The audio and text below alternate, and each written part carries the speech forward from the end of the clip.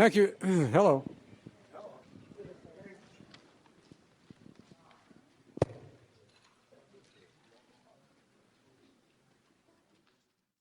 Hello. Do you hear me okay? Oh, okay. Well, thank you very much. I appreciate that. First of all, Mike, thanks for the introduction. That's great. Mark, thank you very much for giving me this opportunity. And I was kind of observing the audience a little earlier, and boy, this is the ideal audience for any speaker. Believe me, we're going to have a lot of fun. But the first thing I want to ask you to do is something that everybody has asked you to do at the end of their presentation, and that is to fill out an order form. And it's not because I'm asking you to order anything. You all should have a copy, a yellow copy, kind of an order form. And the whole concept here is that by filling it out right now, a little later in my presentation, you're going to look at that order form a little differently. And it's important that you fill it out now because, well, you'll find out soon. Now, one of the things I'd like you to do is, if you put your credit card number down, put your billing address, the billing address for the credit card, and then if you have a ship to address, put that down too, and put ship to next to it. You can write on the back of these, that's fine. Now again, filling out this order form is part of the presentation I'm going to make, and it has nothing to do, well, I'm getting ahead of myself. Let me just interrupt myself and just say, fill out the order form because it's really important. And I know this sounds like we are going backwards, and indeed we may be going backwards, but that's okay because you're going to learn something from it.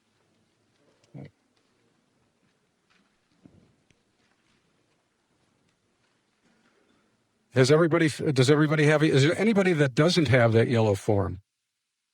Okay, could we get these people that yellow form? It's very important that everybody has the yellow form.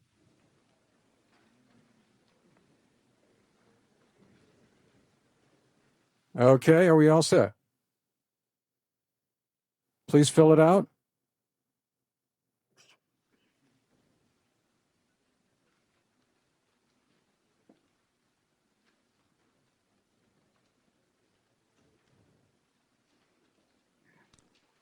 You notice this tie?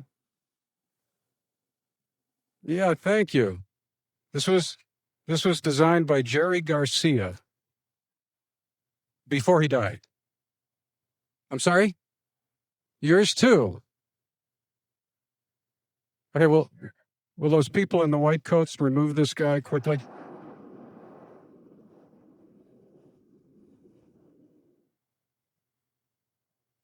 Okay, I'm going to start on my presentation actually by giving you a little bit of background. In fact, I'm going to reveal something about my experiences in the CIA when I was actually in the CIA, and something that I haven't really revealed to anybody. And I'm going to tell you some secrets that really I have not revealed before, and I'm very serious about that. Just give you a little bit of background. I grew up in Oak Park, Illinois. I went to high school there, and somebody who had worked for the school newspaper was a guy by the name of Ernest Hemingway, and he got kicked off the newspaper. And I worked for that same newspaper, and I got kicked off of that newspaper. It's a tough newspaper, said this guy. I got kicked off because right in the middle, I think it was my junior year. In my junior year, I came out with my own magazine, and the school was very conservative. They didn't like that, and they kicked me off the paper. They almost kicked me out of school, except I was very clever because on my staff, I had all the basketball players, and I had the top football players. So if they would have kicked me out, they would have had to kick everybody else out, right? So I protected myself that way. And while I was in high school, I learned a very valuable lesson, and that was, in fact, very early, I started to learn that if I wanted to achieve something, if I wanted to sell something or market something, I had to become an expert in that. And I would read everything and study everything about it possible in order to do that. And actually, this one story, I started out in high school doing that. This one story starts out, the most beautiful girl you could possibly imagine starts attending my high school. She and I mean, she's beautiful, long blonde hair. I mean, just absolutely gorgeous. She was so pretty that the football players were too awestruck to walk up to her and talk to her. And I wanted to find out as much about her as possible, so I kind of inquired, and I found out that she disliked, that she was from San Diego, first of all, and that she disliked boys who squeezed their toothpaste in the center. Well, let me tell you, I raced home that evening, and I looked in my medicine cabinet, and I noticed that I squeezed my toothpaste from the end. And there was a moment there when I honestly felt I had a chance with this girl, believe me. But then I realized that, after a while, in a few sentences, we'd run out of things to talk about. I needed more. I needed more substance. Well, I found out that she was from San Diego, so I said, well, why don't I become an expert on San Diego and sit down and talk to her and engage her in conversation, and we could talk about San Diego for hours. She's probably homesick. She probably really would like to talk to somebody from San Diego, or certainly who knows about San Diego. So I went to the public library and I got every book I could possibly get on San Diego. I read through these books. I wrote the San Diego Chamber of Commerce, the San Diego Zoo. I wrote the San Diego Port Authority. I wrote the San Diego Police Department. I wrote Streets and Sanitation. I wrote everybody. I got maps in the mail, and I'm studying these books. I'm creating flashcards. I was familiar with all the major thoroughfares, the major street. I became an absolute expert on San Diego. And then there was my chance. She had a class every Tuesday and Thursday right near my locker. She walked right by me. So I went to my locker. I got a haircut a couple days before. I got all spruced up, had my best clothes on. I'm sitting at the locker. Her name was Betty Jane. I'll never forget that name. And she starts walking by me. I catch her in the corner of my eye. I turn around and I say, Betty Jane, I understand you're from San Diego. She says, no, Sacramento. Why?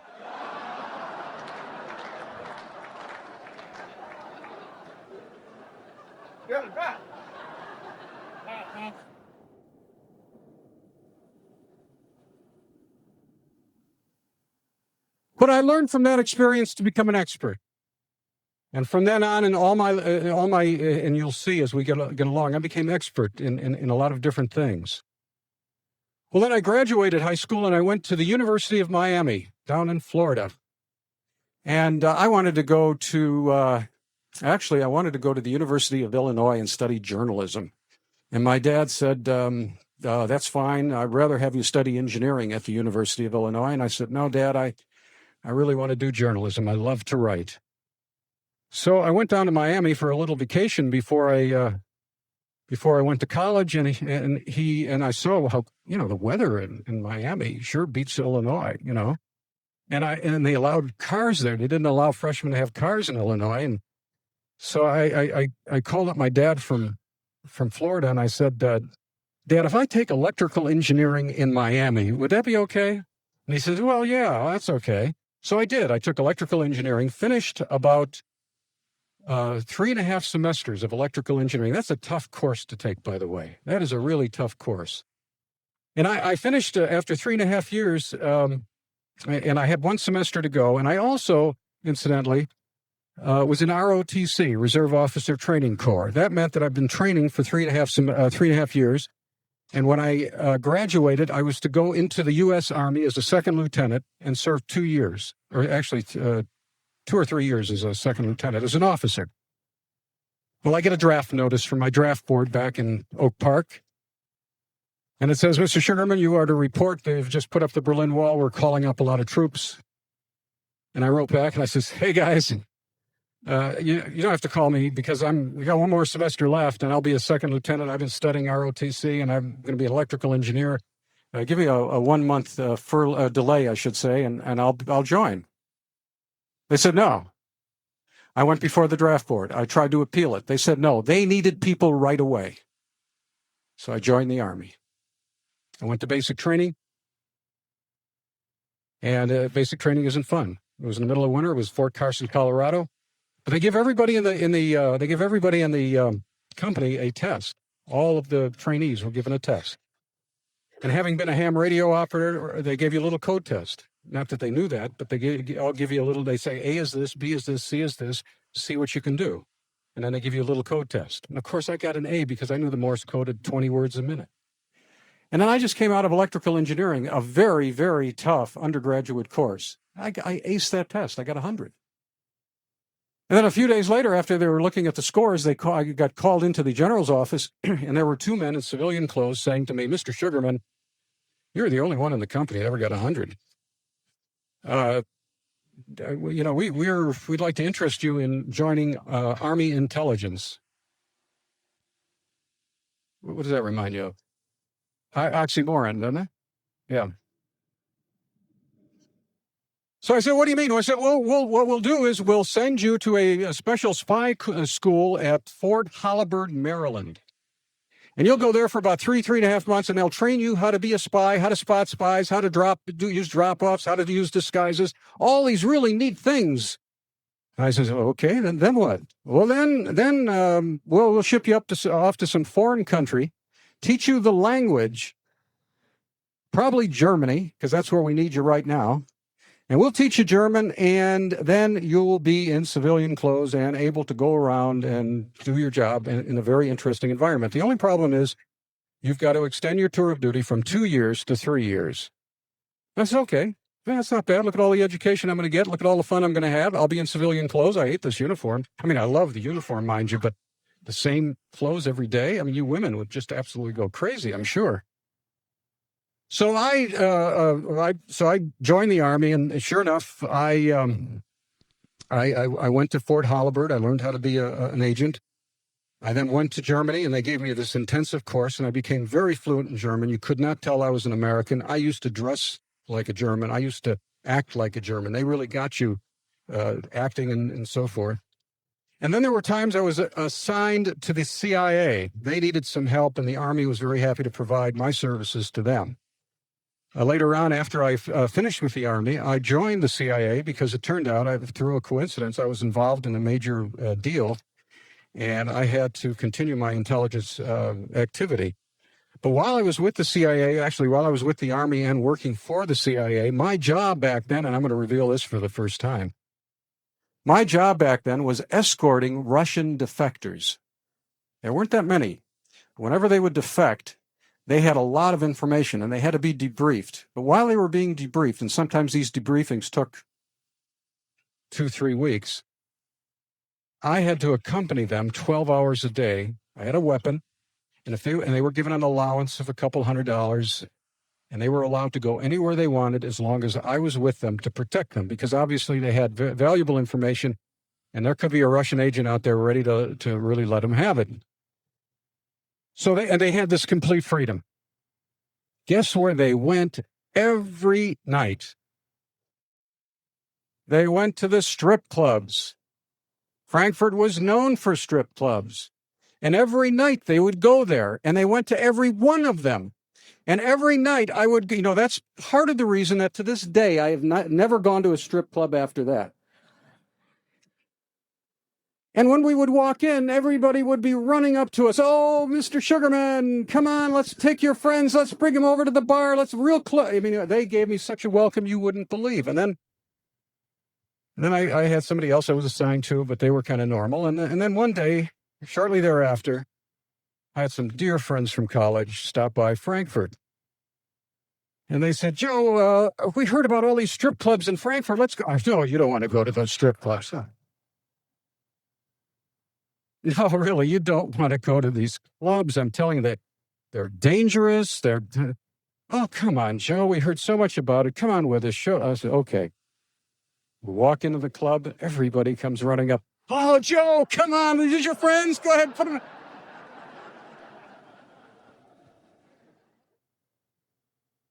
"Sure, Joe." Well, then after the Army, what happened also was I met a guy that had ski lifts and wanted to sell ski lifts in the United States. It was an Austrian ski lift manufacturer. And he for somehow, by coincidence, contacted me, and I told him I had a friend in college who was a civil engineer, and I invited him to come to Europe and Frankfurt. And we went to Austria, went looking at all the ski resorts that this guy had his equipment in. And pretty soon, this friend of mine and I set up a ski lift importation company. We sold ski lifts. That was our job, to sell these Austrian ski lifts. Have any of you ever met a ski lift salesman? They're not many. I was, and my friend was as well. But my job in the company, his job was installing the ski lifts. My job was selling them through direct mail. There were only 900 potential clients, only 900 resorts. And so it was a fairly easy thing. And I'd send out these mailings, and they were really good mailings. Because I can put in expensive things like little buttons, and or toys or gifts, or to bring out certain points of our ski lift. And after a while, I was getting calls from people that said, Joe, we love those mailings. We don't need a ski lift right now. Could you tell us who does your advertising? And I said, well, I do my advertising. And I said, well, could you do our advertising? And I said, sure. And after about 4 or 5 of these accounts, I realized I had an ad agency. And I started designing and doing and writing and all this kind of stuff for all these ski resorts. And finally, I really enjoyed the writing part, and I enjoyed the advertising part. I didn't enjoy selling ski lifts. So I said to my friend, look, I'll sell you my interests.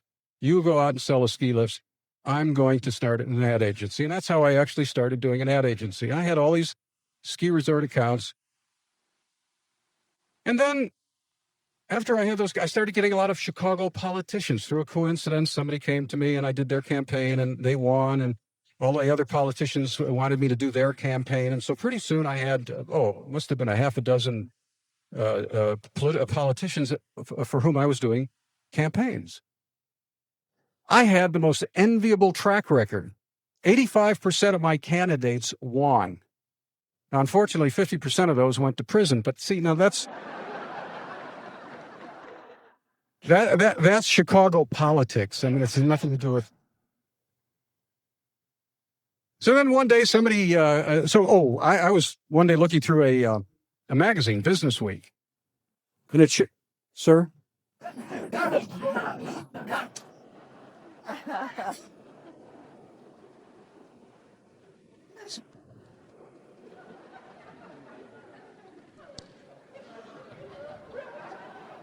What was I saying?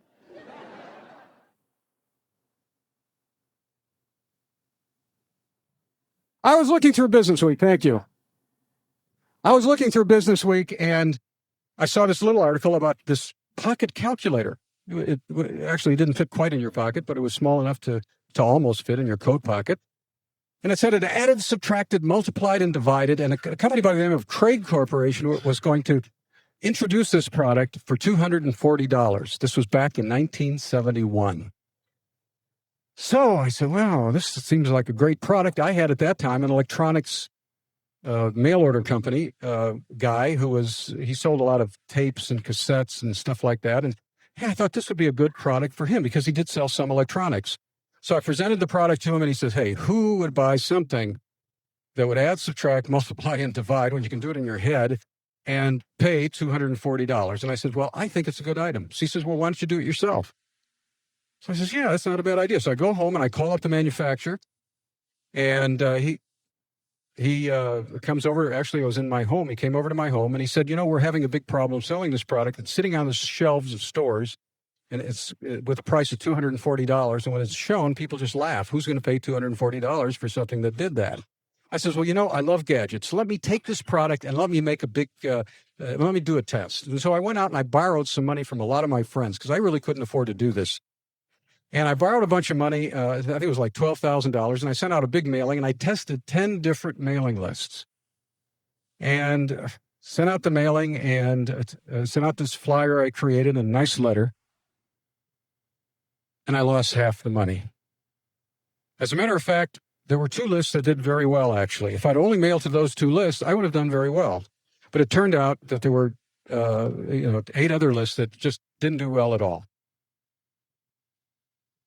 Well, what did I do? So I looked back and I says, well, if I run on this ad again with just these 2 lists, I'll do well. So I went back to my investors. I says, now when I say investors, the deal I had was you double your money if I'm successful. If I'm not successful, well, you'll lose your money. But if I can double your money, then you're out of it, and I'll have my own company. Is that okay? And they all said fine. A few of them were relatives. They didn't care anyway. So I went ahead and I decided to go to those 2 lists, and I got a much bigger list. And about the same time, Craig Corporation decided we're going to lower the price. $240 is a little too much to add, subtract, multiply, and divide. So they came down to 179.95. And we sent out this flyer, and it was fantastic. We had hit a gold mine. I went out and started renting lists, and I was doing exceptionally well. We were taking all of their inventory until a very fateful moment when I decided to go into the Wall Street Journal and take the back page, full page ad in the Wall Street Journal. Why? Because then every dealer in the country saw the advantages of this product because of direct marketing. And they wanted product. And so after a while, Craig, who had their own dealers all over the country who they were indebted to, had to supply them. And so we were kind of cut short. But we did very, very well. And I started advertising and doing all that kind of stuff. That was 1971. However, in 1966, direct marketing took a major leap. There were two events that took place, one in 66 and one in 73, and I'm going to get to the one in 73 in a moment. The one in 66 was the introduction of the bank credit card. Prior to that time, there was only American Express. It was strictly business, and they weren't that big. But all of a sudden, everybody in there and their brother who had a checking account received in the mail a credit card, a piece of plastic. And they would go out and they charge things. And they didn't have to pay any money until the bill came, of course. But it became so popular that pretty soon the word plastic money became famous. And then it became a fad. It became a big fad. They didn't call them Visa and MasterCard. It was MasterCharge and Bank AmeriCard. And then subsequent to that, they changed it. That became the biggest fad in 66 until something else that hit America at that time and became even bigger. And that was Batman. Batman was on television. There was a daily series of Batman and Robin. Very camp, very fun. People were watching it. And pretty soon, people wanted Batman products. They wanted Batman T-shirts. They wanted Batman shoes. They wanted Batman. Anything that had Batman on was selling like crazy. It was becoming a major, major fad in the United States. So big that they couldn't keep the stores supplied. Well, I have my own little ad agency, and I said, well, wait a second. I have an idea for a Batman product, and I picked up the phone, and I called the Licensing Corporation of America. These are the people that license the rights to Batman. And I remember speaking to a guy by the name of Murray, and I said, Murray, my name is Joe Sugarman. I've got a new idea for a Batman product, a Batman license. I'd like to get the license. I'd love to come to New York, make a presentation, and leave with a license. Is that possible? And he says, no, it's impossible. I said, why? He says, we've licensed everything you can possibly imagine that could be licensed. He says, well, I just signed a license for Batman peanut butter. He says, I doubt if you can come up with anything original. I says, well, look, I have a great idea. I'd like to come to New York and present. He says, look, why don't I save you a trip? Why don't you tell me what it is on the phone, and I will invite you to New York if I think it's different or if it's not on my list. So I says, okay, Murray, my idea is a Batman credit card. And there was silence, like Murray's checking his list. Batman. He says, what do you mean a Batman credit card? I says, very simply, Murray. we print out credit cards that look like real credit cards that say Batman credit card, place to emboss your name. On the back is like a signature panel where you can sign your name and the terms and conditions, all the things just like a regular credit card. And we go on all these radio stations all over the country, and we create these fun spots. And from these fun spots, we sell this Batman credit card for $1. People get them with their name embossed, a special number. And then he says, well, then what do they do with them? I said, well, let's say they go to a store, or let's say they go to a restaurant, and the check comes to about $20. Very simply, you just take out this credit card, give it to the cashier, and you pay with cash. In other words, it permits you to pay cash.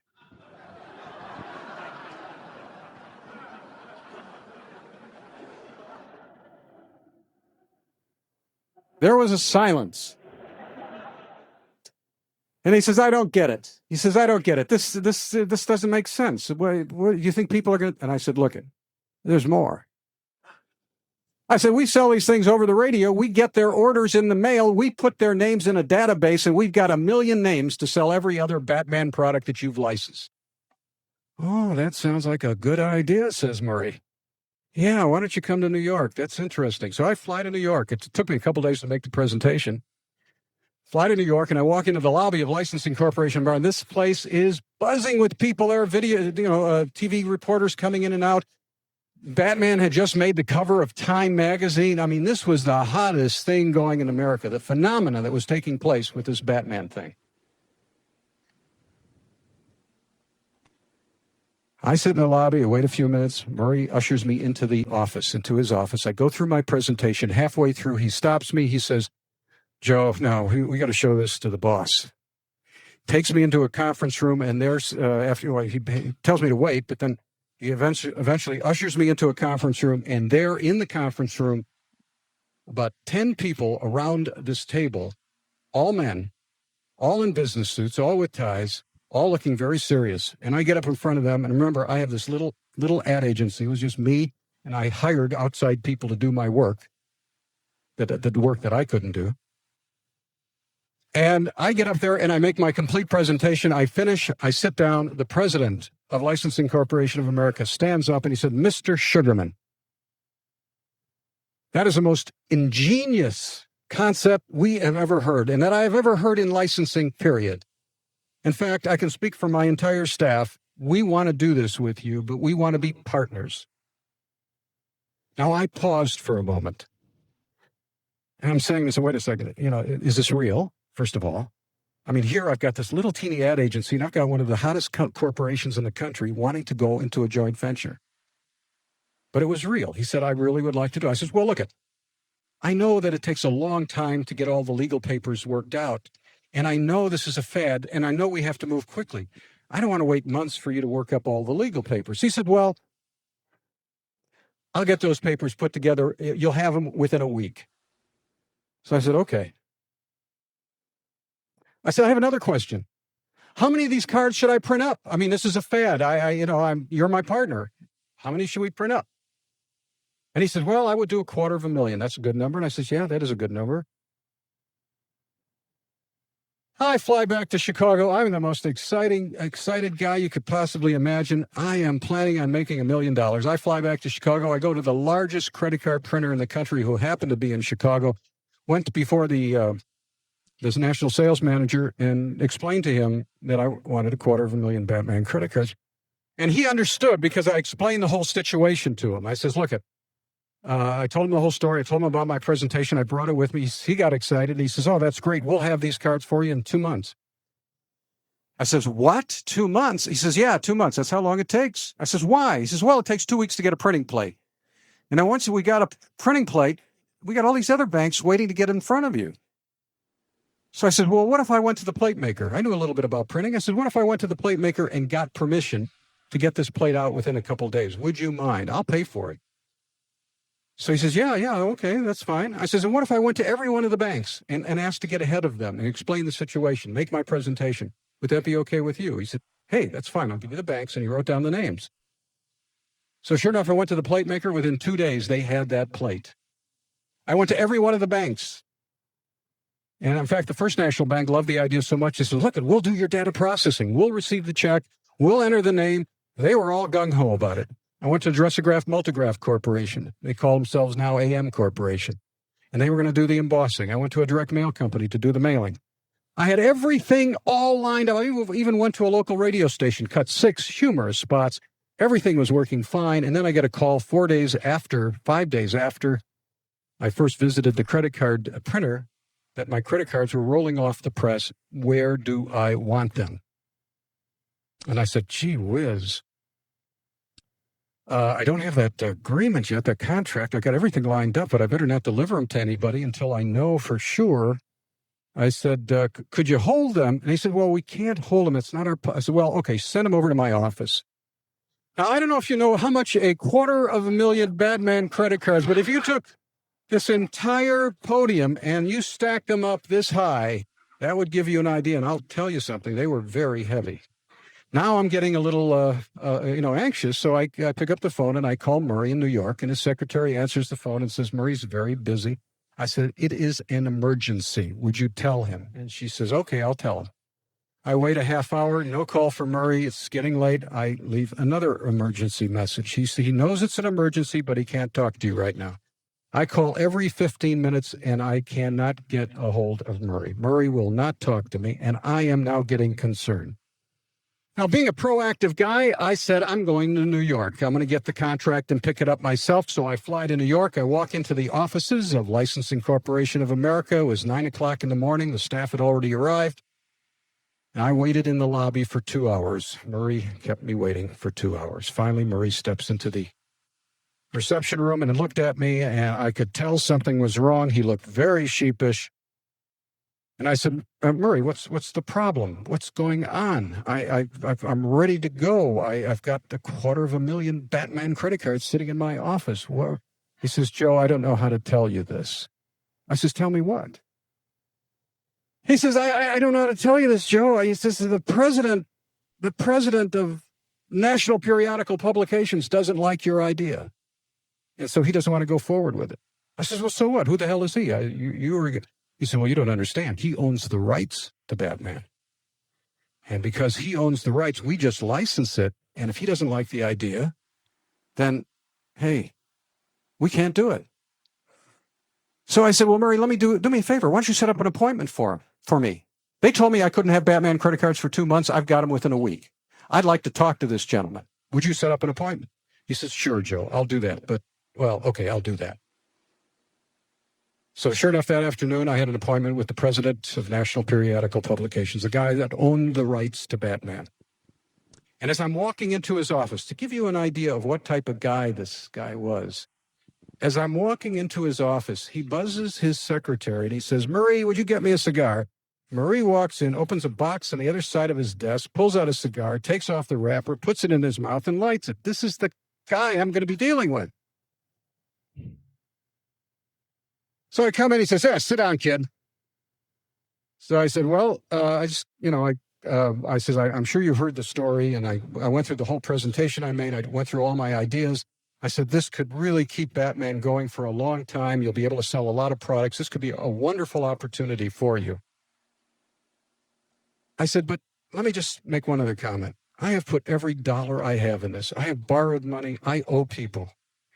If you don't like the idea, and I can understand it's your choice, I said, give me the opportunity to sell enough cards in a particular market, and we could isolate that, so I can make enough money back to pay all my expenses. It'll only take one city, a medium-sized city.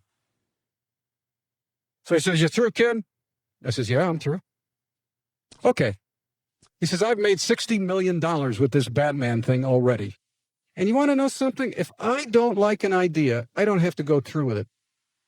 And that'll teach those guys at Licensing Corporation of America a thing or two. I just don't like this idea. And so I want to tell you something else, kid. You go out and you sell those cards, and I'll find you, and you'll regret you ever did that. You better not go out there and sell one card. You hear that? I said, yeah. And I left. And I flew home. And while I was flying home, I remember this time. It was very traumatic. I'm flying home and I'm saying to myself, it's one thing to lose the opportunity of making $1 million. And it's another thing to realize that you owe everybody. You owe everybody. I arrived back home, and the first thing I did was I called all of my suppliers. I called the credit card printer. I called everybody that I had arranged that I owed money to, and I said, look, I cannot afford to pay you now. And I explained the whole situation to them. I said, I'm not asking you to forgive the debt. I'll pay the debt. All I'm asking you is to be patient. Every month I will send you a check. And every month, the check may be very small, but every month you can count on the fact that you will be getting a check. And at the end of a period of time, you will be paid off. I promise that. And they all agreed. And I started, of course, continued with my ad agency. And then finally, 2 years later, in 1968, I remember signing that last check. I had paid everybody back. But as I was signing that check, I said to myself, let me call Murray. Let me call Murray. I said, Batman was off the air. They were doing reruns or whatever. I said, let me call Murray. So I pick up the phone and I call Murray. I said, Murray, this is Joe Sugarman. And he says, oh, Joe, those Batman credit cards. Yeah, Murray. I says, Murray, I still have 250,000 Batman credit cards. And a thought occurred to me, I could make this still very big. I could keep Batman alive. It's dying now. He says, Joe, what a coincidence this is. I said, what do you mean? He said, well, just the other day,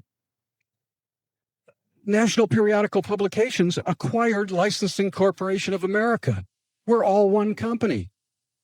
Oh, great. I says, well, could you present the idea to the president? You know, the guy that didn't like the idea, but maybe he'll like it now that you're all one company. Oh, he says, fine, I'll do that. A couple days later, Murray calls me back. Joe, he doesn't like the idea. He still doesn't like the idea. No problem. It's 1968. Now it's I wait a few years. I had to move those Batman credit cards, and it was 1971 when I was doing the calculators, remember? And now it's 1971, and I'm doing very well. I'm doing very well. I'm selling calculators, and it's now 72. Things are going very well. And I decided I'd give Murray a call. So I picked up the phone. I called Murray. I said, Murray, Joe Sugarman, is that you? I said, yeah, Murray, Joe Sugarman. He says, oh, wonderful. Oh, Joe, do you still have those Batman credit cards? I says, yeah, I do. I have 250,000 of them.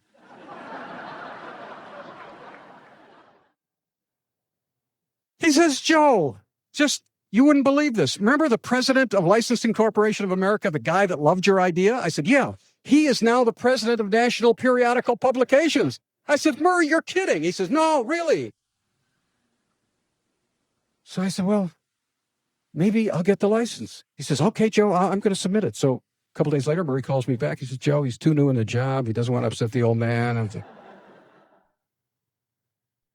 The year is 1973. Remember I said 66 was a major breakthrough for direct marketing. 73 was also.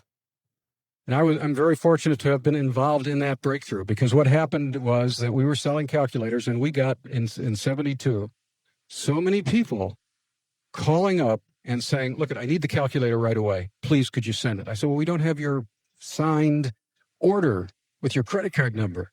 Well, I'll send it in, or or you can charge it. I'll give you my number. And so they give us this information, and I took a chance, because back then the way you responded was you filled out a form. It was a form with dotted lines around it, and you filled out the form and you put all the information on it, and then you sent it in with your check or with your credit card number and your signature. They didn't have toll-free order taking back then. And so I did that for a year, and I must have sold about 300 calculators that way. And I said to myself, wait a second, it's kind of obvious. I'm going to put why is it obvious? I'm going to put a toll-free number in my ad. Toll-free numbers just came out. That was another breakthrough for direct marketing. Toll-free numbers just came out. So I got a hold of a toll-free number. I took one of my ads that I was running before, and it did very well. And I put it in the Wall Street Journal and said, to order, called toll-free. We were deluged. 4 or 5 times the response that we ever had gotten on any day when we had hundreds of ads running. It was unreal. It was unbelievable. And so I kept running ads. I took out all my old ads and I started running them again with these toll-free numbers. And all my competitors were looking. Nobody was doing this. And the Bell Systems, who were the ones that issued these toll-free numbers, did a big national campaign about how we were using these successfully. And then finally, my competitors would call me up.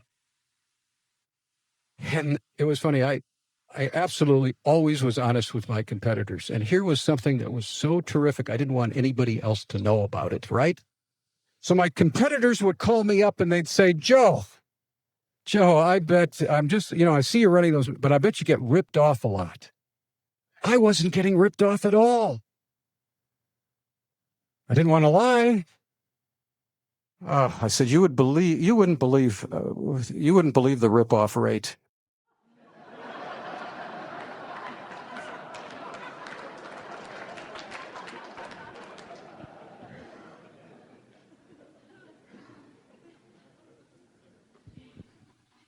I did that for I ran those ads without any competition for about 6-7 months more, a total of a little over a year before anybody else caught on, and then everybody did it.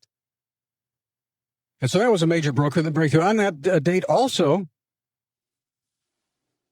Actually, it was a few years later. It's now 1978. We're running ads in the Wall Street Journal and in every magazine in the country. We're selling not only pocket calculators, we're selling what are called products that think, products that have integrated circuits, digital watches, you name it. We are doing absolutely fantastic. I had to move those Batman credit cards again, and I decided I will only give Murray a call. Kind of reminded me. So I picked up the phone and I called Murray, and I said, Murray, this is Joe Sugarman. He says, Joe, don't stop. 1 second. This is too big a coincidence. He says, do you still have those Batman credit cards? I said, Murray, I do. I have 250,000 Batman credit cards. And he says, Joe, we are coming out with Superman. And we want to license that. And we are trying to promote all of our superheroes, and Batman would be just ideal in this situation. Would you mind giving me a couple days? I think I can get you the license. So a couple days later, Murray calls me back. You got the license, Joe. I says, what? You mean I can sell these things? He says, yeah, you can sell them. We got the license for you. They're really anxious for you to do a great ad. We've seen your mail order ads. We know your technique and everything. We'd love for you to sell this thing and really bring out the superhero status and really make a promotion. I said, well, that's great. And we're both almost in tears. I mean, here, I had been working 12 years.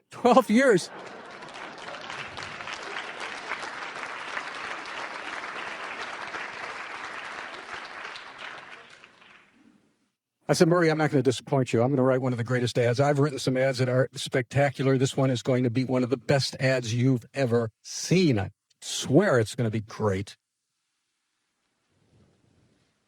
So about a week later, I call him up and I'd say, well, Murray, we're going to be putting this in the Southwestern edition of the Wall Street Journal. It's a small edition of the Journal. And back then you tested for $1,000, and you pretty well got a pretty good idea what the response was. And we pretty well could estimate it. I showed the ad to my staff. They were so excited. They said we'd sell about 3,000. All I needed were a couple hundred to break even, because by now I'm offering the card for $5. $1 to 5. It's 12 years. I mean, inflation. Come on. I'm all excited. I run the ad in the Southwestern edition of the Wall Street Journal, and I got a total of 12 orders. 12 orders. It was a complete failure. Complete failure.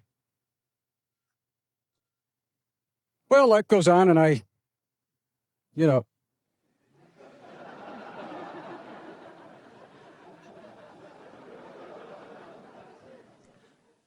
life goes on, and I go. I'm really getting into electronics. We're doing exceptionally well. It's now 1986, a long time after I came up with that idea for the Batman credit cards, and I'm driving down 405 here in Los Angeles. Hello, Tess. With a manufacturer's representative. I'm driving down 405 with a manufacturer's representative who is trying to sell me on buying some sort of electronic product. And as we're driving down the highway, it's a bright, sunny day, middle of summer, I'm squinting. And he says to me, here, why don't you try on these pair of sunglasses? So, okay. So I put on a pair of sunglasses and I go, wow, this is unbelievable. This is absolutely unbelievable. I said, where did you get these? This will make a great direct mail item. He says, actually, this is from NASA. I said, what do you mean? Well, he designed these lenses to go into for the astronauts, because this blocks all of the ultraviolet and all of the blue light, which is not good for your eyes. And I heard the whole pitch, and I says, my God, this thing would be a great direct mail item. Well, he says, no, you really don't want it, because the guy that's really making these pairs is going out of business. He's an idiot. I wouldn't even recommend you meet him. And besides, it's just you can't sell sunglasses mail order, because people like to try on different styles and different this, and, they want to look through the lens. And so I said, well, okay. So I went back to Chicago and went back home, and I discovered that we were doing an 8-page catalog, an insert for United Airlines. And one of my products in that catalog one of the companies had gone bankrupt, and the product wasn't available. So I needed a product right away, and I called up my friend, and I said, Len, his name was Len. I said, Len, Send me those glasses. He said, well, you can't. I says, look, send me the glasses. If they're successful, I'll figure out a way to get them. So he sends me the glasses. I take a picture of them, wrote an ad. Within a couple of days, the ad was done and it was on the way. And I went, made some contacts, some people who had contacts in the Far East, and just sent them a sample. And they said, oh, sure, we can duplicate this. There's no unusual technology. They've been making these kind of sunglasses for years. So I said, fine. So they manufactured them for me. I ordered a few thousand, 2,000 or 3,000. And then one day I'm flying to Detroit, and I asked our computer guy to give me a printout of all of the response to that particular catalog, and I would study it on the airplane. Well, I'm looking this thing on the airplane, and it just doesn't make sense because all the other products are selling like 10, 20, and here I'm selling like 600. And I'm saying, wait a second, this doesn't make sense. So I get back, I get on the phone. I said, my computer guy, he's made mistakes before. So I get back on the phone. I says, is this correct? And he says, yeah, that's absolutely correct. We're doing very well. We're going to have to order more sunglasses. I said, oh, my goodness. I said, I've got a winner. Now, I always wanted to put my own brand name on a product. So I called the product Blue Blocker. And because it was so successful in the airline publications, I advertised in every publication that you could possibly think of. I mean, I was in everything. And every one of them, without exception, produced a profit. That shows you how successful that was. I spent $1 million. And over 8 months, I made I sold something like 100,000 pair. Product was selling for $59.95 at the time. Also about that time, infomercials were just starting. The FCC, Federal Communications Commission, just issued a directive from the Reagan administration that they can allow half-hour television commercial program. And I said, it was so successful in print, let's do a television thing. And I got a hold of a producer, and the producer says, oh, no, come on, a half hour to sell a single pair of sunglasses? So no, I'm convinced this thing is going to work. So he helped me. I created the commercial, ran it. And just to give you a kind of a comparison, instead of selling 100,000 pair in 8 months, I sold 100,000 pair in 1 month. And then as I understood the game, I started producing my own infomercials, and we ran them for 6 years. And near its peak, we were selling 600,000 pair of sunglasses a month. Or, I'm sorry, 300,000. 300,000. I don't know why I said 600. 300,000. Unbelievable. People were wondering in my company, well, who's buying all this stuff? We did very, very well. And then we went to retail.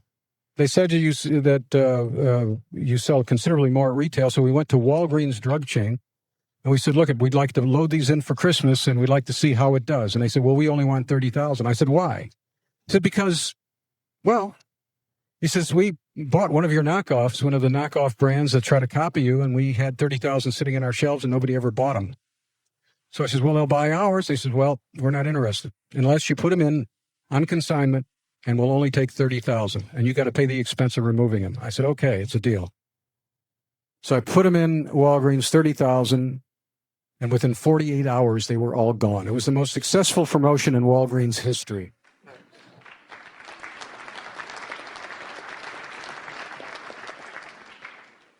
And I went to QVC, and I said, I'd like to put this on QVC. And they were interested, and they said, okay, we'll put it on. We'll give you 5 time slots to sell the 30,000 pair that we order. And I got up the first time slot and sold all 30,000. Next day, the president of QVC, it's the truth, the president of QVC was reviewing the tapes to see if I said anything illegal. I've been on QVC for the past 13 years. Actually, first 8 years I was on myself. I hired people to do it after that. I'll probably be appearing again over the next few years. We've had a very successful track record. I've been selling on QVC in London. They reached the entire UK market, and we've done exceptionally well there as well. And then, of course, QVC also has an affiliate in Germany, and guess what? I go on German television and use my best German that I learned in the Army. And anybody here speak German, fluent German? Wir sollten sprechen. Ich spreche ganz gut Deutsch. Also es ist Anyway, I speak it with hardly an accent, and I still have a pretty good vocabulary, and I get up there on television and I sell.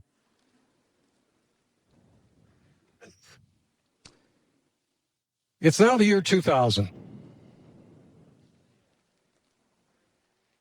We're doing exceptionally well. The millennium comes and goes. It's March. I am holding a seminar. I'm holding a seminar at my beautiful home in Maui, Hawaii. By this time, I have purchased the Maui Weekly, a local newspaper on Maui covering the entire island. I am now a newspaper publisher. I have real estate interests and I rent things, and I'm doing very well. Live in a beautiful home in a beautiful compound. And I invited, and by the way, before I forget, in the 70s, from 1977 to 1988, I conducted seminars at an estate in northern Wisconsin. And I did that because I had so many people coming to me and saying, Joe, please, could you just talk to me privately or teach me or do this for me or do. And I didn't have the time. And I said, if people really want my knowledge, let them come to a seminar, let them pay a couple $1,000s, and I'll teach 15 people for 5 days. And I had a wonderful, wonderful group of people that I got to know. Ted Nichols, he spoke earlier today, didn't he? Ted Nichols, he attended. Joe Carbo. I had 2 girls that were in the advertising department of Victoria's Secret when they only had 2 stores and a small catalog that didn't really get mailed to that many people. I had people, I had a farmer. Listen to this. I had a farmer who came to my seminar and went to the Holiday Inn after my seminar and wrote the most incredible ad that made him millions of dollars and ran for 10 years. These are the kind of people that left that made me very, very proud. And it wasn't because he was staying at the Holiday Inn. I know you've heard that commercial. This guy was selling grapefruit, of all things, grapefruit. And he ran an ad and did a direct mail campaign using all the principles I taught. And so I taught a lot of the people who today go around and write books and teach seminars. But the one thing that I could say about what I learned was I learned the hard way. Because I sold thousands of different products. I wrote thousands of ads. And if I had one ad that worked out of 10, I was happy. But of those 9 that didn't succeed, boy, I learned a lot. I tested and retested. Let me give you an example. Give me a component in an ad. Somebody give me a coupon. Okay, coupon. Okay, let me ask you a question. This is be an interesting question. See if you know this. If you have a coupon, which coupon will do better? One with a very small dotted line, one with a real thick dotted line, or one with no dotted line at all, just the logo and the toll-free number? Okay, let me get a show of hands. How many people think with the logo with just the toll-free number? Okay, well, how many people think the very thin line? Oh, how many people think the very thick line?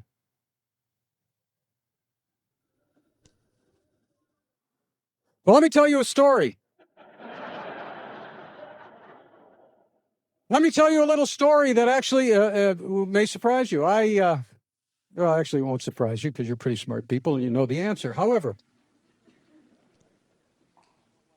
I had the opportunity to run a 3-way test in United Airlines, same ad, and each seat back would have a different one. In other words, the printing press would print, and I controlled it because it was an insert. I printed it.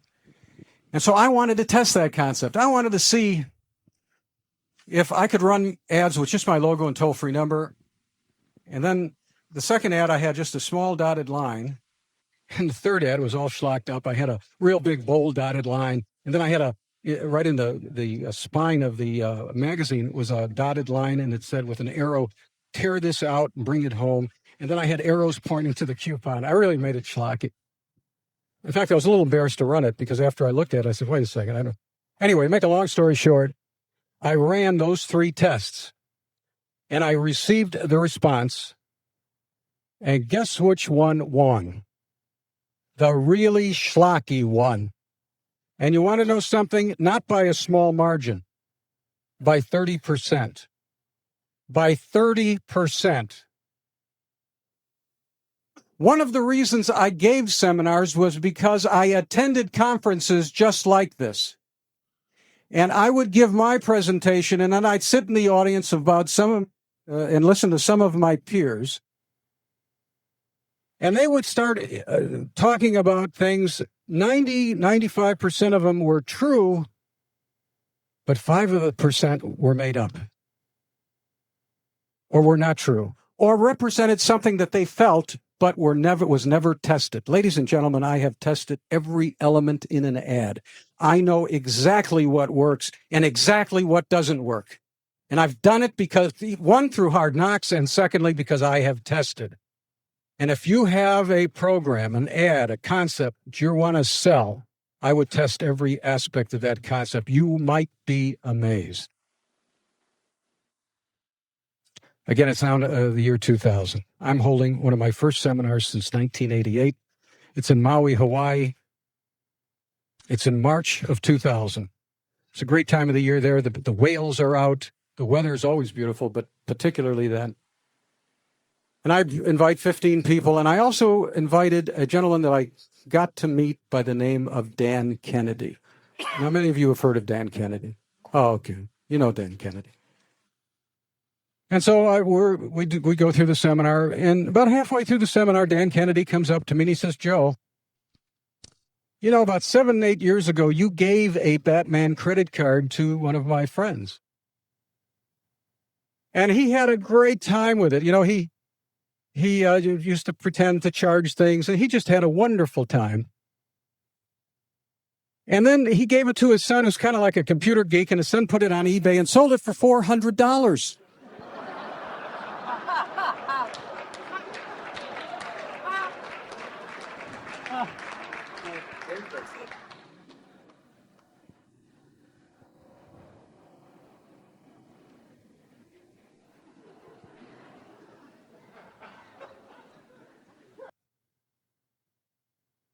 Now, I tried to figure out what that meant in terms of value. So I excused because I'm not really that great with figures. I went into my office. I took out this little calculator. 250,000 Batman credit cards times $400, and then the calculator couldn't compute it because there weren't enough digits. So I got a bigger calculator. I entered it in, and I looked, and it was $100 million. Hello. $100 million. Now, I could have done what Enron did, and I could have sold it to Enron. They would have listed it as $100 million on their balance sheet.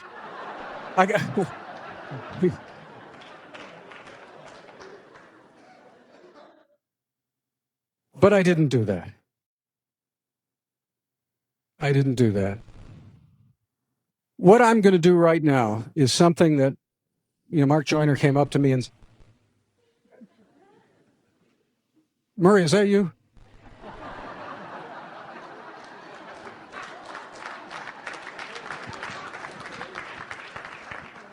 By the way, that story about the $400 for that's true. You can ask Dan Kennedy. You all know Dan. I've got a new mic. Now, it used to be funny when I was selling electronics, that would happen all the time. There was something electronic that would go bad or something in my talks. So anyway, we'll try to work our way through this. If it gets too bad, it's obviously not the mic.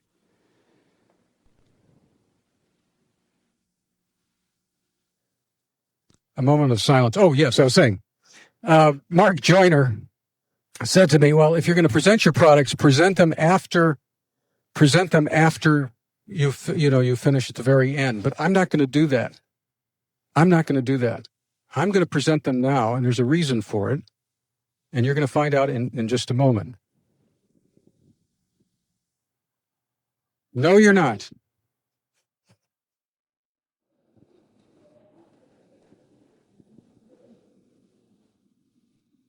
Wait a second. Here is a series of 3 books I wrote.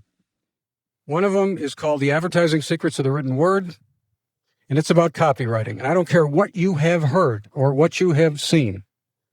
The facts in this book are so carefully researched and tested, you will not have to guess. Do you understand? Secondly, I have given this book to friends of mine who thought, well, I know Joe Sugarman. I just like to read what he's written. I'm not a copywriter. I don't intend to be a copywriter. I'm not very creative. And they read that book and they say, Joe, I could write copy. I could write an ad. I'm going to write an ad. It's inspired a lot of people. The second book is called Marketing Secrets of a Mail Order Maverick, and it's about all my experiences in print, whether it be catalogs, direct mailings, anything. And it tells you how to really shop for media and how to really find an ad, find a product, and how to really sell that product and how to position the product. A lot of really valuable information, a lot of true stories, a lot of experience, and a lot of results from testing. The final book in the series is Television Secrets for Marketing Success. And that book, ladies and gentlemen, it could be very helpful to you because you will be amazed to find how easy it is to get on television. For example, QVC, you do not have to buy the time on QVC. They give you the time for nothing. And in that book, I have a page in there that is a free analysis by me for you if you are interested in selling a product on television. These three are in paperback, which means they are very easy to read on an airplane. They're not. We have them also in hardcover, but if you're on an airplane or you want to relax, people really prefer the softcover. So we have this book. It comes in a slipcase. You don't want to buy just one of the books. You want to really buy the entire series. This normally sells for $100. This is a copy of Triggers. You've heard this before. Triggers, lots of valuable information in that. We're going to go into Triggers. I'm going to be discussing that in a few minutes because that's really where all the really good information is. In addition to that, this is called Advertising Secrets of the Written Word. It was a speech I gave about 5 years ago. It has the Batman story, of course, not with the ending that you've just heard. And it's got a lot of really good insights. It was actually a 3-hour speech, cut it down to about 2 hours, and it's very interesting. It sells for about $50. So you've got 120, it's 120, and that's $170 worth of value, and $149.95 for this group. How many people would like to buy this? Can I see hands? Oh my goodness, I'm embarrassed.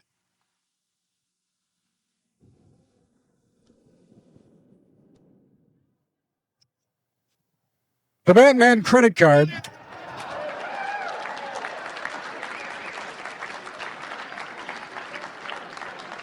is yellow and black, and has a place where you can emboss your name at the bottom, and there's 4 humorous terms and conditions on the back, and a place where you can sign. You can get your name embossed on this card. And I will include, relax, lady, it's just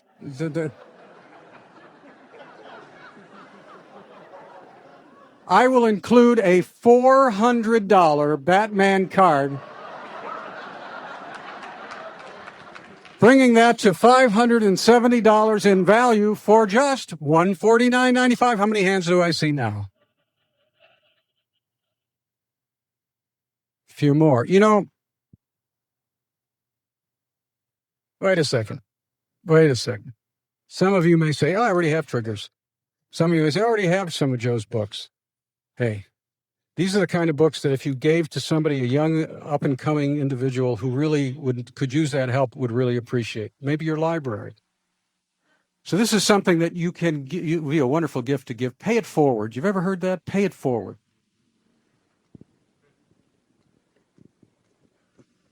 Okay. I really want more of this.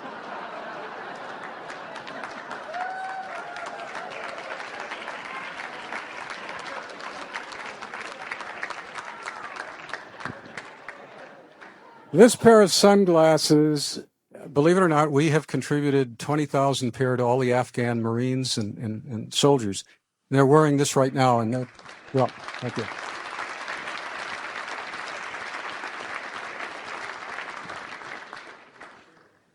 I'm going to add a pair of polarized blue blockers, bringing it to a total of $600. How many hands? $149.95. A little better. I'm going to add another Batman credit card. $1,000 for only $149.95. Now that's a really good value. How many people now? A little better. A little better.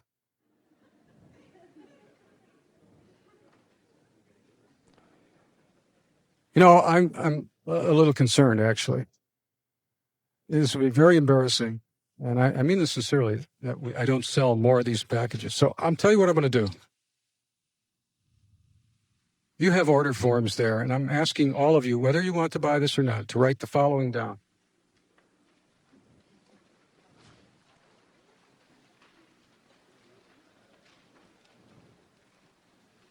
You got all those order forms in front of you? No, I'll tell you what I'm going to do. Forget that. I'll tell you what I'm going to do.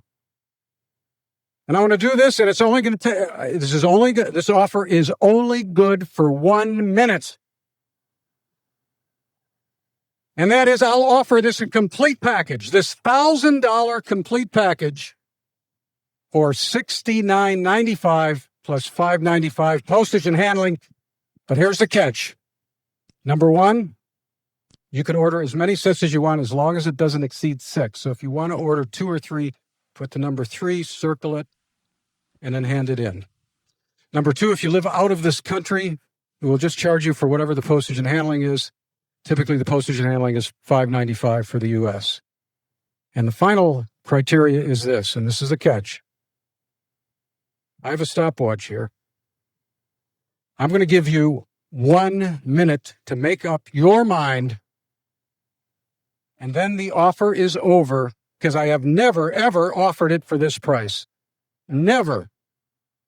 You have 1 minute. Hand it to the sides, not to the hand. You hand it to the sides. Hand it all the way down to the sides. You have 1 minute.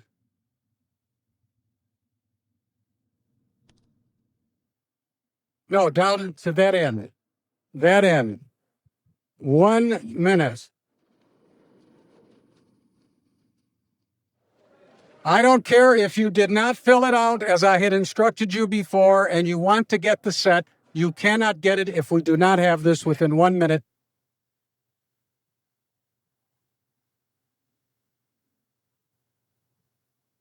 We got 15 seconds left. You better move quickly. Make up your mind. Run! No, very good, yeah.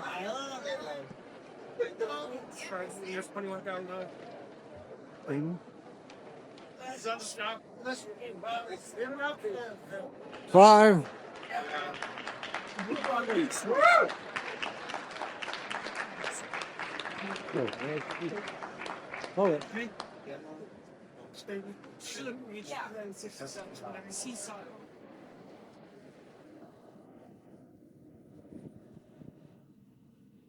Okay, we're going to do a countdown. 5.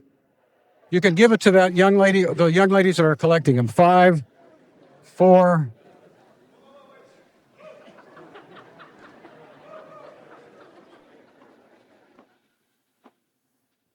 Okay, bring them up. So what was that? Okay, we'll fill out a new one then. Here's a guy that forgot to put his name on it. Oh, you put your name on it. Well, why don't you fill it out again? Yeah. Well, sir, I told you in the very beginning of this presentation, fill out that form. Shut up. Get back to your seat.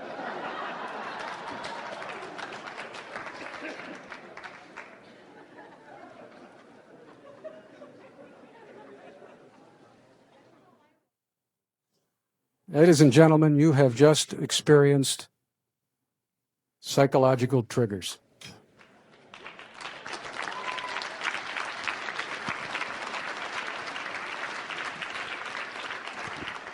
You have just fallen prey to how sucker you could become with this concept. Let's go over a few of the triggers and see if you fell for it. Number one, sense of urgency. Sense of urgency. Did you feel that sense of urgency? I wasn't kidding. I'm not accepting any more orders after this thing. $69.95, that's a hell of a deal. I remember giving a good value, but sense of urgency, because really my talk is on psychological triggers. I wanted to convey sense of urgency. What else did I do? I established value. Proof of value is one of the triggers. Proof of value. How did I establish the value? Oh, many different ways. The Batman credit card. I had to tell you a whole story. I had to take a piece of plastic that cost me 3 cents back in 1966, of which I have 250,000 of them, and make that piece of plastic appear to be $400. Although, really, you've got a business opportunity. I mean, you can go on eBay right now and sell them. Please, not all at once.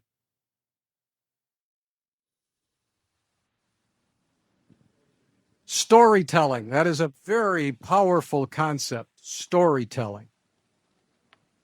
And didn't I tell a lot of stories? And didn't those stories get out a lot of points? The one thing I forgot to tell you was that if you are not happy with this purchase, you may send it back anytime within 10 years, get all your money back. My promise is this, that you send all of the stuff back if these books don't earn you $100,000. And that was going to be my, what I call satisfaction conviction. So incredible that you would think to yourself, boy, this guy's going to get ripped off.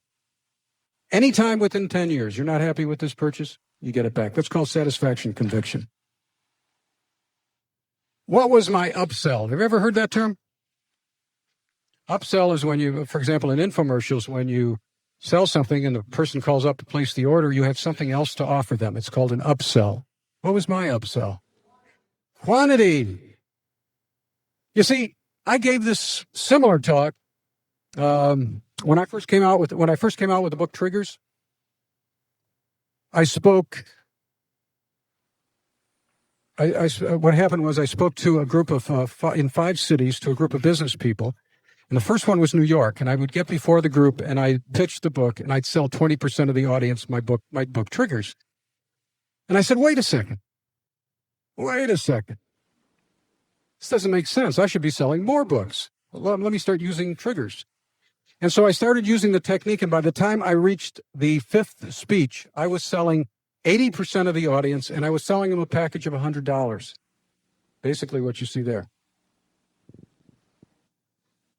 I said, how can I improve that with this group?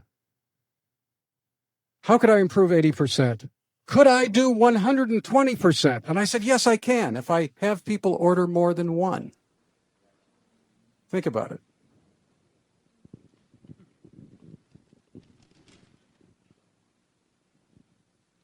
You notice how easy it was to order once you had the form filled out?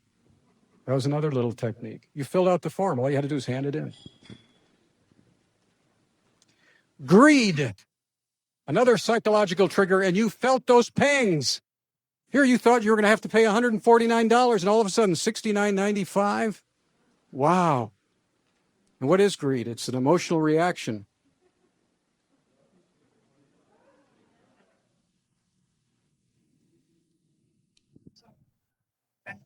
Sorry, sir.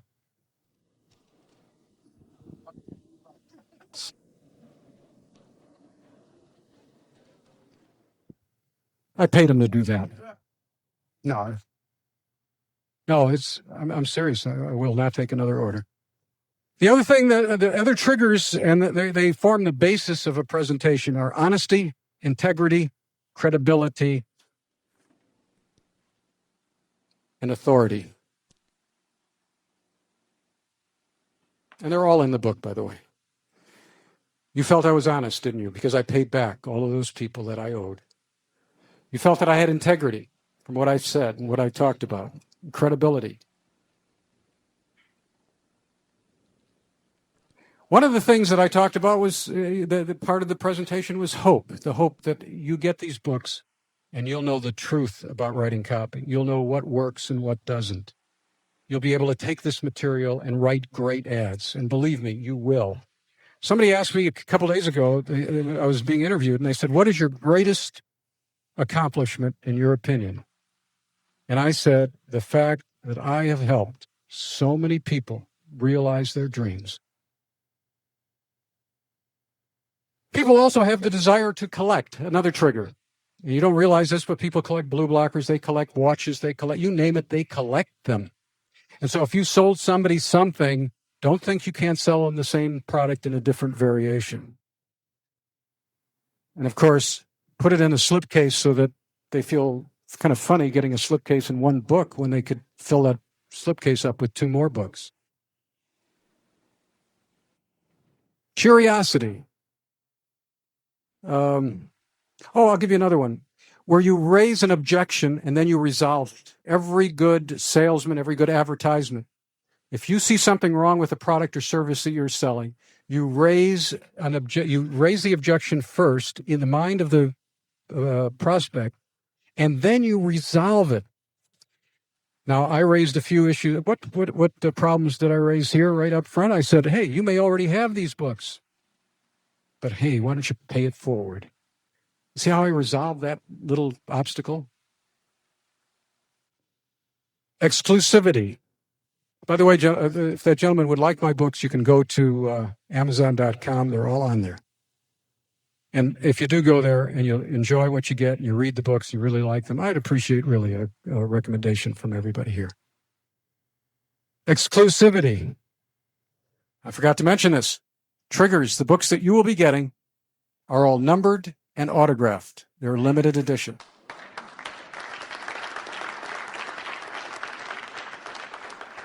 And you think you're really special, don't you? Every book I've sold of Triggers is autographed and numbered. You sell on emotion, you justify with logic. And I used a lot of emotion today to sell you this package.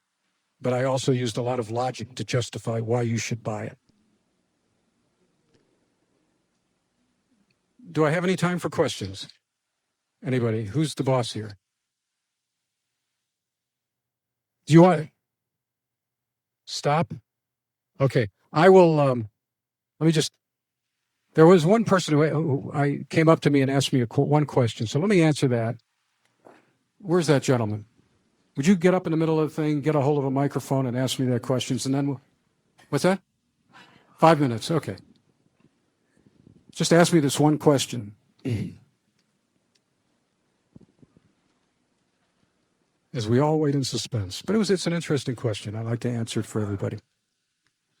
Yes, I'm a copywriter. I've read your books, and I wrote a project for a nutritional company, multi-level company. And they're doing about $8 million at the time. Now they're doing $100 million in 18 months. They reached that amount.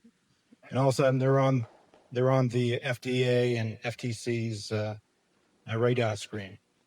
Tomorrow, on Monday, I need to go into corporate and talk.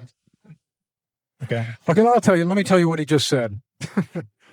He just said that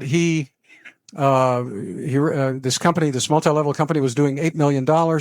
He wrote an ad for them, and now they're doing $100 million. But it's gotten on the FDA radar screen as a result of the success. Is that correct? Correct. So what's your question? I need to meet with the corporate lawyer on Monday, and I'm sure he's going to strip all the benefits out of my ad copy, and it's no longer going to work. And I need some advice in handling that kind of situation. Well, I would go in and I'd smile and act friendly.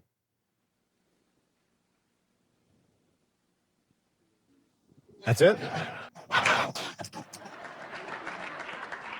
No, I was pulling your leg. Okay, let me tell you exactly. I had a very similar experience. I had a product, believe it or not, that got rid of wrinkles. And it really worked because I did double-blind studies. I had 2 very famous doctors in this field. They did double-blind studies. We took pictures, photographs, video, everything. These people were getting rid of wrinkles. It was an incredible product. What happened to me, and the reason I really got excited about it, was I always had lung congestion. And for years I had it, and I had to take this spray. And then sometimes I took this spray like 7 or 8 times a day, and it's kind of dangerous, actually, after that. So I started taking these pills, and sure enough, my lung congestion just disappeared. And I was so enthusiastic about this. And then I started to notice my skin started to feel better. This was about 10 years ago. So I went out and I decided I would sell this product. I did these double-blind studies. I went out with a camera crew. And this camera crew took interviews with all the people that had these problems with their skin and how it cleared it up. And we took people that looked a lot older and looked so much younger with the pill. And I took all this video back, and the first thing I did is I realized, because we were going on television and because I was very visible, that I better get an FDA attorney. In other words, an attorney that formerly worked for the FDA to look at my presentation. I had filmed 6 hours of these interviews, and I had reduced it down to 10 of the most powerful minutes you'd ever see on television. And I showed this to my attorney. And my attorney said, "Boy, sounds like a great product." And he says, "But I'm sorry to tell you that I probably will have to cut a lot of that out. You'll probably have 1.5 minutes left." And indeed, I ended up with like 1.5 minutes of this 6 hours worth of shooting. And he then sat down and informed me as to what I needed to do in order to stay within the guidelines of the FDA and the law. And I sat down and I listened carefully, and I went out with a video crew, and it took me 6 months. I went everywhere, finally, after about, I think, 8 months, I had literally a masterpiece. It did not violate any of the FDA rules, and I showed it to my attorney. Now, this is an absolute true story. And he looked at it, and he said, "It is the most ingenious job of skirting around any illegal issue I have ever seen, while leaving the impression that you want. I must commend you for what you have accomplished. And furthermore, I would be delighted to defend you in court." And I said, "Wait a minute. What do you mean you will be happy to defend me in court?" And he said, "Well, the FDA is not going to like your television commercial. They're just not going to like it. It's going to be perfectly legal. They're going to know it's perfectly legal, but they're going to go after you. And it'll go to court. You will win, but that's what you're probably going to have to put up with." So I ran that commercial, as successful as it was. It was a continuity program. I ran it for about 3 or 4 months, got all my money back, and then stopped running it. Meanwhile, all my continuity customers kept buying it. To this day, I still sell it. And for many years, it paid my overhead. Continuity is a wonderful thing. So smile when you see your attorney. Where's that gentleman? Oh, there he is. Be prepared. Because even if you are in compliance, sometimes you get in a lot of trouble. It's not an easy task, believe me. I've gone through it. I just want to leave you with one final thought. One final thought. I sincerely believe that everybody in life is handed a bucket. And in that bucket, the bucket is filled with oysters. And in one of those oysters is a pearl. And that pearl, of course, represents your success, the thing you've been striving for. And have you ever opened an oyster? Hands get bloody. I mean, it's not easy. And some of us are handed this bucket of oysters, and we open up the first one, and there's the pearl, and we are very lucky. Others have to open up all of the oysters, and finally, the last one, just when you're ready to give up, and you open it up, and there it is. But we're all given that pearl. And it's just a matter of time. Just like the Batman credit card story, if those people who have purchased the Batman credit card, keep it in your wallet, have fun with it, but also remember what that lesson was, that you never give up, because you never know. Thank you very much.